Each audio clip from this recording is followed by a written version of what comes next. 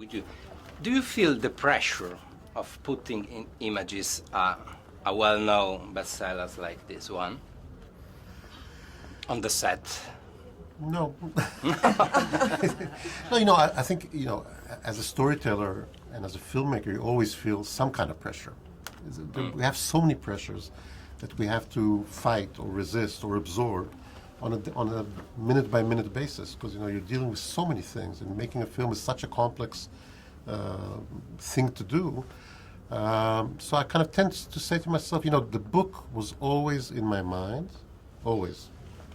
And the book also means Azar, but she was just there, so it kind of gives you, for me it was comforting in a way, that this was already tested once, this was written, it was successful. So I knew that somewhere in the back of my mind, I cannot really fail.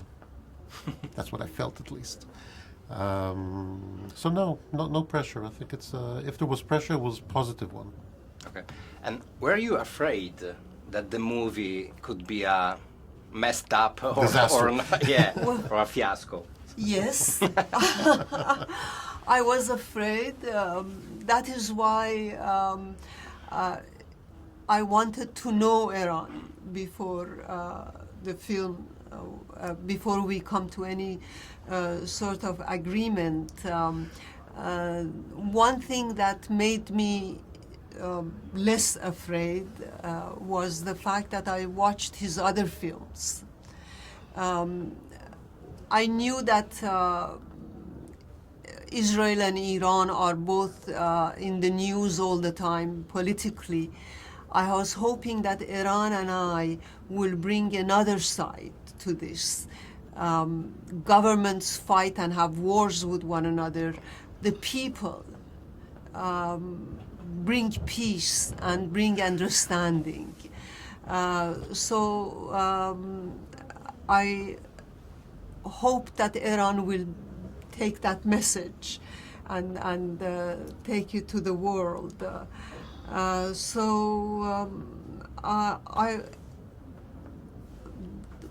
My favorite film of Iran's is Lemon Tree.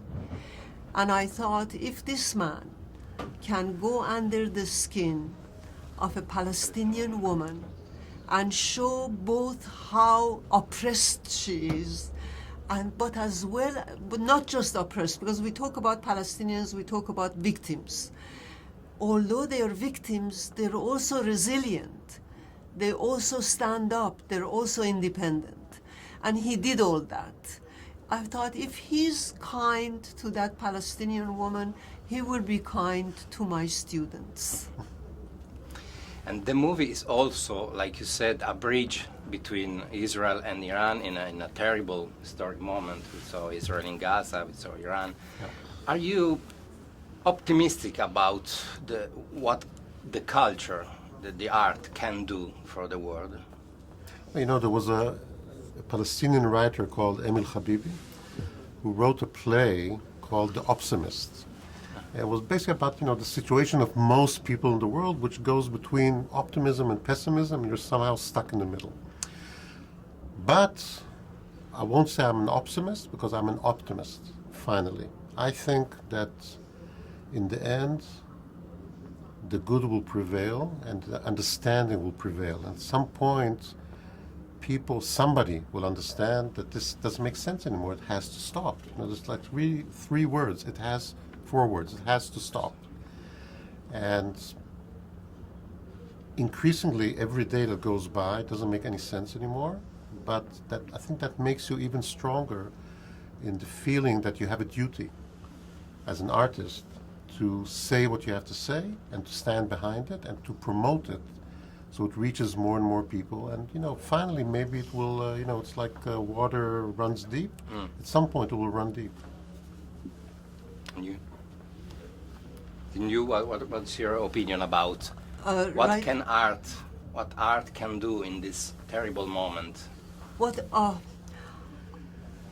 Art has been at the forefront of every struggle around the world. I mean, think of, I have a special regards for the Eastern European writers, from Havel, who is my mentor, I love him, to Milosh, to Szymborska, all these people.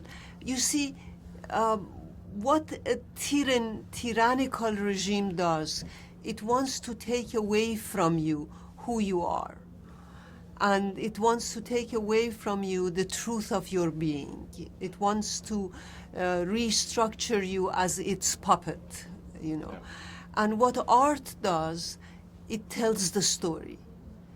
And it tells a different story from the Ayatollah. And so that is why artists become so dangerous to tyrannical regimes all over the world. It's not just Iran. It's everywhere. It's in U.S. Look at the censorship in U.S. that's going on right now. So the day we don't have artists and writers is the day we don't have humanity as we know it. Thank you very much. Thank you. Grazie.